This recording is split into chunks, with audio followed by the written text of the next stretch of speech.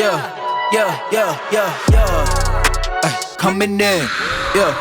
Flex, I just wanna win, yeah. LABB, who we running with, yeah. 2233, I'm on 10 again. How's it, guys? Welcome to Cheat Day, episode number 3. Can't believe we've come so far. So here we are at Tashas Melrose today.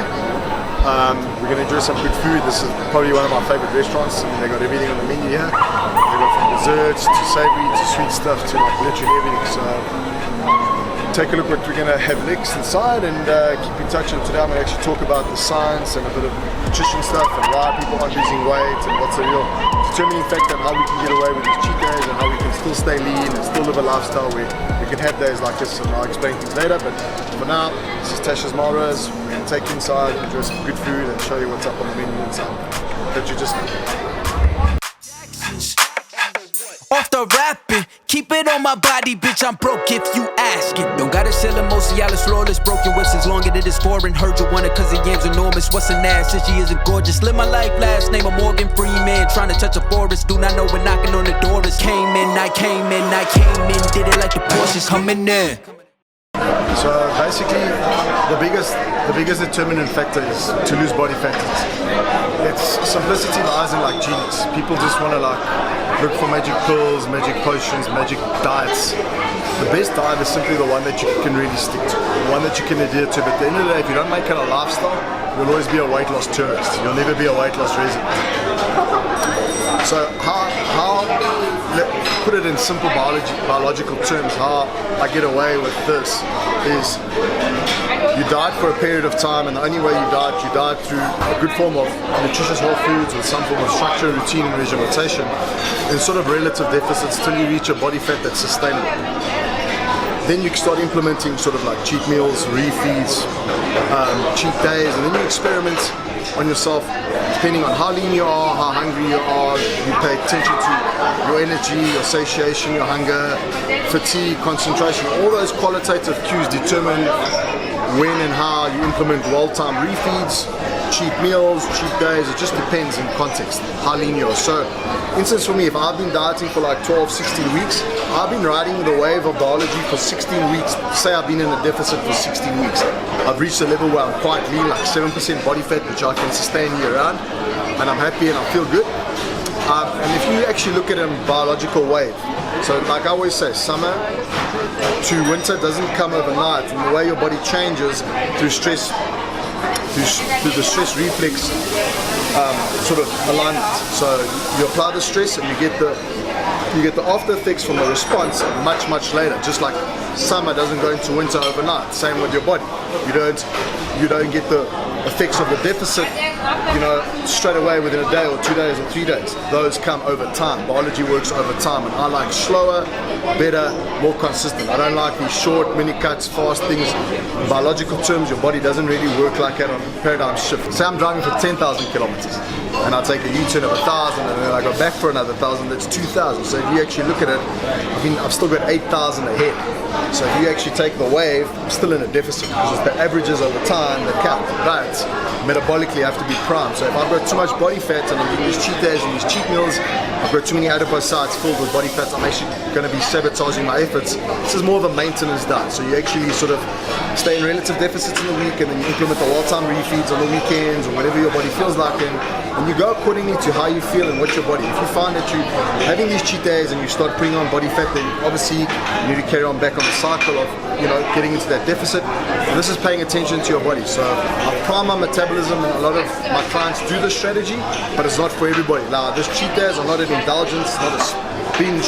It's well controlled, it's mindful. You do it with a mature mindset. So it's just simple biology. It's action over time. So it's just the averages over time. That's basically what it does. And doing things correctly. Optimization of metabolism in terms of can't increase metabolism, you can increase it situationally. But when I mean optimizing it, I mean nourishing it. So you do things like, you never do extreme things, extreme dieting, extreme deficits, extreme amounts of cardio. Get your body into a nice circadian cycle, because your body likes the biological circadian rhythm. It likes regimentation and routine, regular sleep and wake times, regular meal times. Doing things regularly with your body. Nice, your body likes that sort of structure. It likes time. Sort of like one of my biologist mentors, Broderick Chavez, we were actually having this discussion one day, and he was saying every time at 5 o'clock when he used to go bench press, he actually, his blood pressure at 5 o'clock used to go up, because his body used to recognize the signals through his circadian clock that at 5 o'clock he would measure his blood pressure, because his body knew at that time he was going to have that bench press, and that's the time when all that force, the body's getting ready for that force. So just to give you a small analogy, so small nutshell, that's basically how we get away with those cheat days. Going to be releasing a PDF, ebook on cheat days, how to incorporate them, how to stay lean year round, still eat like us. That will be coming soon. So for now, enjoy this. Next is going to be our meals.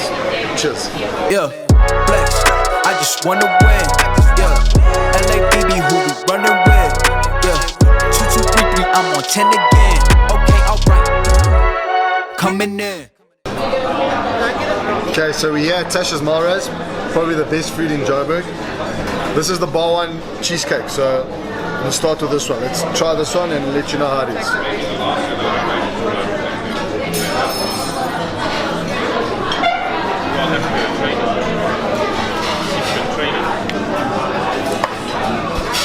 It's very good.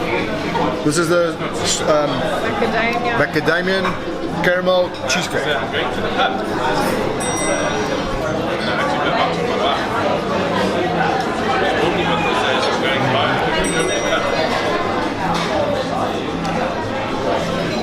This one's really good. So here we're going to try this one. This one is the caramel chocolate cake.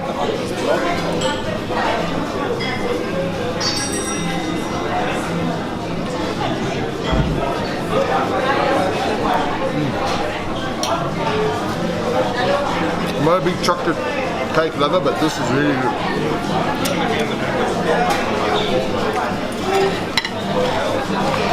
And here we got my favorite carrot cakes, one of my favorite cakes. So let's see if this one lives up to the standards.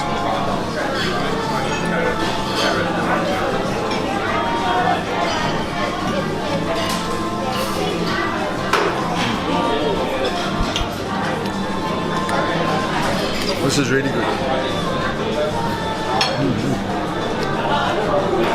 Do some more of it. What's the rating here? Give us a 7 out of 10. This a 9 out of 10.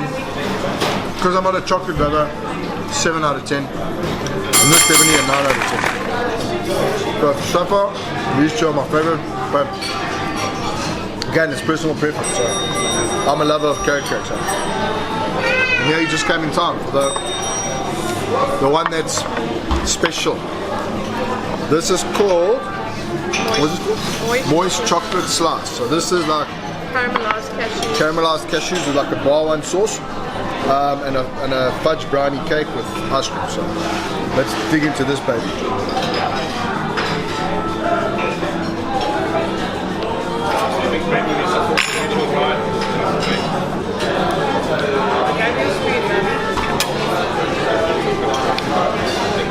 So do this.